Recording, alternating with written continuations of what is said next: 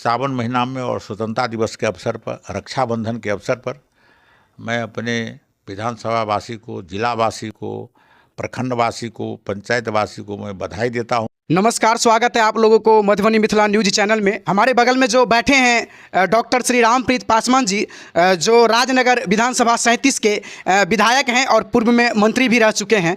तो आइए सर से पहले हम परिचय करवाते हैं। सर, अपना परिचय दीजिए। डॉक्टर रामप्रीत पासवान, विधायक राजनगर। सर, मैं ये जानना चाहता हूँ आपसे कि 5 साल इससे पहले भी आप राजनगर विधानसभा का प्रतिनिधित्व कर चुके हैं, तो प्रमुख काम ऐसे हर प्रखंड में कौन से आप किए हैं? पहली बार जो चुनाव जीते थे, मतलब उस समय तक नहीं हुआ था जो आपके कार्यकाल में हुई। देखिए, आपको और आपके चैनल को मैं बधाई देता हूँ। जब राजनगर में पहली बार विधायक बने तो मेरा मुख्य रूप से क्षेत्र के विकास करने के लिए सड़क नहीं था, बिजली नहीं थी, स्कूल जर्जर अवस्था में था, अस्पताल की हालत बहुत खस्ता थी। हमने इस चारों पर फोकस किया जो मानव जीवन से जुड़ा हुआ है, और चारों पर हमने फोकस करके इस चारों काम को हमने करने का काम किया। अभी मेरे क्षेत्र में ये जितनी बात मैंने बताया आपको, सड़क, बिजली, हॉस्पिटल, स्कूल, नहर में पानी, इस सारे काम को मैंने किया। और एकदम पूर्ण रूप से मेरे क्षेत्र, जो मेरा राजनगर और नाठाड़ी दोनों प्रखंड है मेरे विधानसभा में, और दोनों इस काम से पूर्ण रूप से यह काम हो चुका है इस क्षेत्र में। अब कोई बाकी नहीं है। छोटा मोटा गांव में कुछ माने 500 मीटर, 400 मीटर ऐसे कहीं कहीं कुछ जगह बाकी है, जिसकी संख्या 2% है। बाकी मैंने सारे काम को कर दिया। आप ही के विधानसभा क्षेत्र में पड़ती है, राजनगर प्रखंड के अंतर्गत सुगोना पंचायत में कुछ हिस्सा पड़ जाती है, और कुछ अंधराठारी प्रखंड के अंतर्गत पड़ने वाली जो है सो गंगद्वार पंचायत में पड़ जाती है। यानी कि पैट घाट से लेकर के भगवानपुर की जो मुख्य सड़क है उसमें जो है सो कई सालों से जल जमाव की समस्या है चपाही गाँव में। इसको लेकर के सर क्या कहना चाहेंगे? चूँकि सर लोग जानना चाहते हैं कि हमारे विधायक जी बहुत सारे काम किए हैं, वैसे भी काम किए हैं जो लोगों को लग रहा था कि नहीं होगा, लेकिन फिर भी वो काम हो गई। तो आखिर ये काम क्यों नहीं हो पा रही है? देखिए, ये RWD की सड़क थी और पैट घाट से लेकर भगवानपुर तक ये PWD की सड़क बनी। आज करीब 2 महीना हुआ है। वो चपाही में जो जल जमाव होता है 1 किलोमीटर में, वहाँ ऊंचीकरण के लिए मैंने लिखा है और मंत्री जी ने लिख के विभाग को दे दिया है। शीघ्र उसमें हाथ लग जाएगा चपाही में उस सड़क को ऊंचीकरण करने के लिए। जो पानी जहाँ जल जमाव है, मैं उस काम को बहुत जल्दी करा रहा हूँ। सर, एक चीज़ और जानना चाहूँगा कि अंधराठारी प्रखंड के अंतर्गत पड़ने वाली गंगद्वार पंचायत के गंगद्वार गांव की जो मारन फील्ड है, उसकी चर्चा जो है इस बीच में सुर्खियों में रहती है और आपका भी उसमें नाम आता है। तो क्या सर, क्या आशा करे युवा कि कब तक जो है सो वहाँ का जो स्टेडियम है, मिनी स्टेडियम जो है सो खेल के लिए शुरुआत हो जाएगी बनना? देखिए, सरकार की तरफ से खेलो इंडिया कार्यक्रम शुरू हुआ था। उसमें बड़ा और छोटा 2 तरह का, जैसे राजनगर हाई स्कूल बड़ा है तो वह बड़ा खेलो इंडिया का फील्ड बनेगा, उसी तरह से अंधराठाड़ी प्रखंड में ऐसा कोई फील्ड नहीं है जिसमें हमने उसको गंगद्वार के फील्ड को दिया था। और उसकी सब सफाई हुई, कुछ लोगों ने उसको अतिक्रमण भी किए हुए उस फील्ड को। हमने कहा था वहाँ स्थानीय लोगों को जो उसको अतिक्रमण मुक्त कराइए और उसको बढ़िया हम फील्ड बनाएंगे बच्चों को खेलने के लिए। तो निकट भविष्य में वो अच्छा फील्ड बनेगा।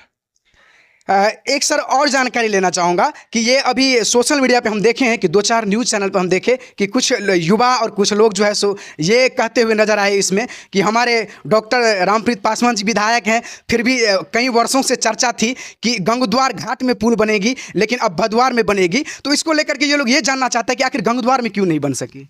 देखिए, मैं जब से विधायक बना हूँ, मैं खजूली में विधायक था, तो मेरे द्वारा वहाँ के स्थानीय विधायक ने गंगद्वार में मेरे द्वारा प्रश्न उठाए थे। उस समय में वो मंत्री थे, तो गंगद्वार के लिए हमने उसमें पुल बने कमला में, इसके लिए मैंने प्रश्न किया था।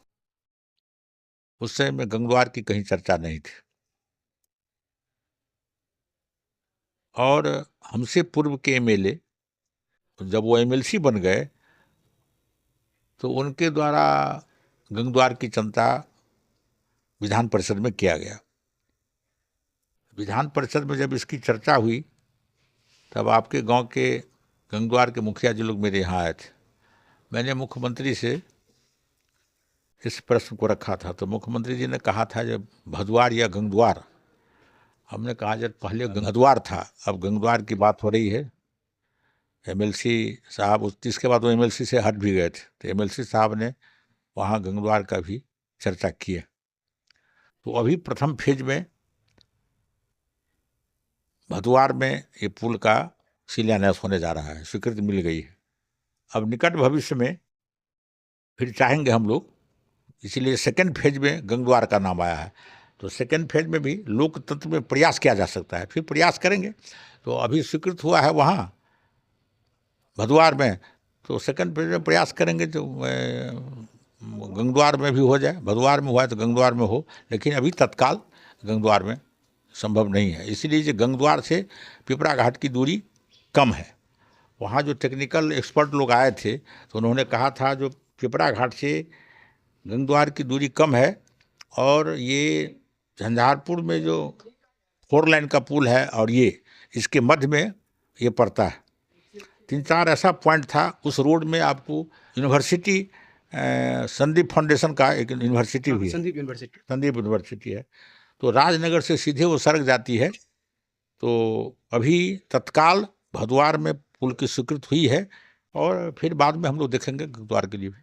वैसे तो सर आपके क्षेत्र में नहीं आती है, बाबूबड़ी क्षेत्र में आती है, लेकिन देखते हैं हम लोग जब न्यूज़ कवरेज करते रहते हैं तो उद्घाटन समारोह में, मेला में आप भी पहुंचते हैं हर साल। तो कार्तिक पूर्णिमा का जो मेला लगती है पिपरा घाट में, वहाँ की जो है सो लोगों की मांग रहती है उस क्षेत्र के, कि हर नेता से वो यही मांग करते हैं, चाहे उनके क्षेत्र के रहे या बाहरी रहे, उद्घाटन में जब पहुँचते हैं तो कि राजकीय मेला का दर्जा मिलनी चाहिए। तो यह राजकीय मेला दर्जा को लेकर के जो है सो इस बीच में जो है सो एमएलसी की जो है सो हमारे एमएलसी जो है अंबिका गुलाब यादव, उनके सोशल मीडिया पे भी देखा गया था कि उनके माध्यम से जो है सो मांग की गई थी पटना में। तो आप इस पे क्या कहना चाहेंगे, राजकीय मेला का दर्जा जो है सो कब तक मिल सकती है? देखिए, स्थानीय विधायक भी चाह रहा है जो राजकीय मेला हो, पर्यटक स्थल के द्वारा पर्यटक विभाग में दिया गया है, अभी हमने तुरंत चर्चा की है, लेकिन इसकी स्वीकृति अभी नहीं मिली है। निकट भविष्य में पिपरा घाट मेला भी राजकीय दर्जा हो जाएगा। और सर आपके क्षेत्र के सबसे अभिन्न अंग राजनगर का जो राज पैलेस है, जहाँ पे बड़े बड़े एक्टर पहुँचते हैं शूटिंग करने के लिए।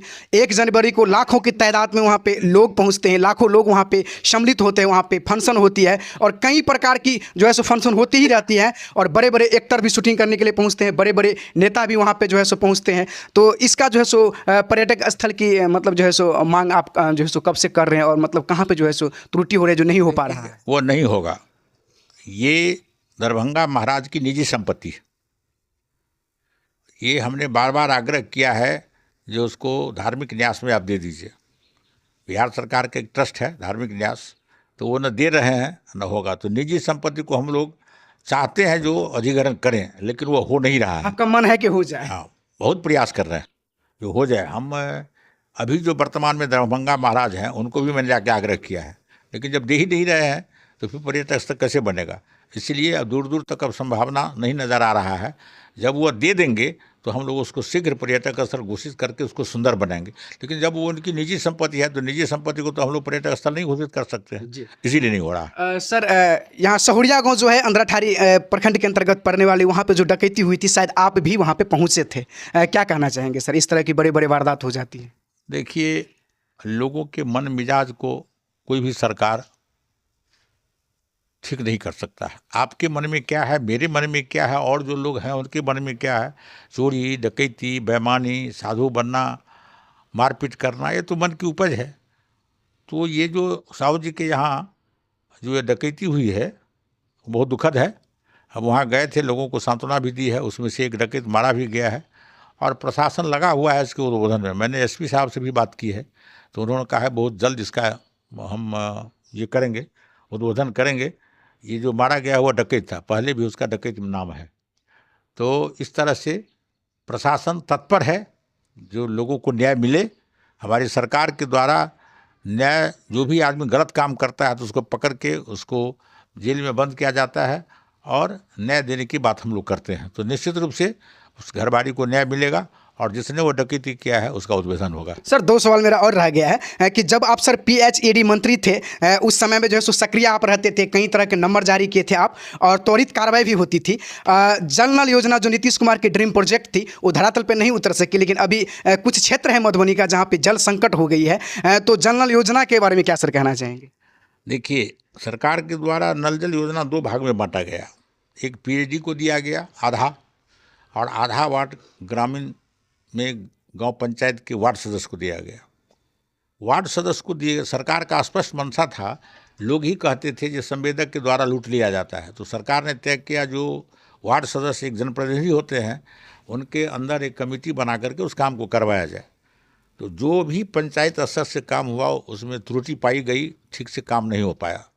अभी वर्षा नहीं होने के बाद नल जल का संकट है, तो टैंकर के द्वारा हम लोग जल पहुंचा रहे हैं। जहां कहीं भी जल नहीं मिल रहा है तो सरकार ने तत्काल व्यवस्था किया है जो टैंकर के द्वारा उस गांव में जल की व्यवस्था हो। तो इस तरह से हम लोग काम कर रहे हैं। और ये जो डिपार्टमेंट है PHD का, वो टेंडर निकाला है। जो वार्ड में नल जल योजना गड़बड़ है उसको यति शीघ्र 1 महीना के अंदर में ठीक करके लोगों को पानी दिया जाएगा। अच्छा सर, आप चर्चा में थे उस समय में, चूँकि अंदरा ठारी में भी एक बार आप बोले थे और सदन में भी ये आवाज़ उठाए थे कि प्रधानमंत्री आवास योजना में शायद आप भी मतलब बहुत एक्शन में थे, बहुत चर्चा में थे, कई मीडिया पे ये वीडियो चली भी थी। जो इंटरव्यू आपका लिया था उसका ही वीडियो विभिन्न मीडिया पे चला, चूँकि आप बोले थे कि प्रधानमंत्री आवास योजना में जो भ्रष्टाचार होती है उसको लेकर के आप खुल के सदन में बोले थे। और इसी बीच में अंदरा ठारी में आप बोले थे कि कहीं इस प्रकार की कुछ अगर होती है तो आप हमारे संज्ञान में दीजिए, उसको हम नाप देंगे। ठीक बात, मैंने कहा था, इस बात से मैं नहीं नकारता हूँ। और लोग ने प्रधानमंत्री आवास लिया भी है और पहले से कम भ्रष्टाचार भी हो रहा है। लोगों में भय है, जो इस तरह के काम करते हैं तो निगरानी विभाग द्वारा पकड़े भी जाते हैं, सरकार ने तय किया है। इसलिए जो भ्रष्टाचार अब बहुत कम है, लेकिन जिसके मन में कुछ लोग ऐसे लोग हैं जो किसी को ठगने का काम करते हैं और लोग ठगा भी जाते हैं, तो इसमें हम लोग कहाँ तक अंकुश लगा पाएंगे। लेकिन बहुत पारदर्शिता के साथ अब हमारे माननीय प्रधानमंत्री के द्वारा, बिहार सरकार के द्वारा सीधे खाते में पैसे जाते हैं। इसमें बिचौलियागिरी कम होता है और लोगों का घर भी बनना शुरू हुआ है। इसलिए बहुत पारदर्शिता से अब प्रधानमंत्री आवास योजना में लोग घर बना रहे हैं। पहले से भ्रष्टाचार बहुत कम हुआ। हमारे मधुबनी मिथिला न्यूज़ चैनल के माध्यम से सर लास्ट में क्या कहेंगे, चूँकि सावन की पावन महीना भी चल रही है और इसी महीना में स्वतंत्रता दिवस भी है, तो अपने क्षेत्रवासियों को, अपने प्रखंडवासियों को और अपने पंचायत वासियों को, गाँव वासियों को, सभी को क्या कहना चाहेंगे? देखिए, ये सावन महीना सोमवार बाबा महादेव का महीना है। माता पार्वती के बहुत आग्रह पर भगवान महादेव ने इस सावन माह को पवित्र महीना माना था और इसमें लोग पूरे बिहार में और भारत में भी बाबा महादेव की पूजा करते हैं सोमवार को जाकर।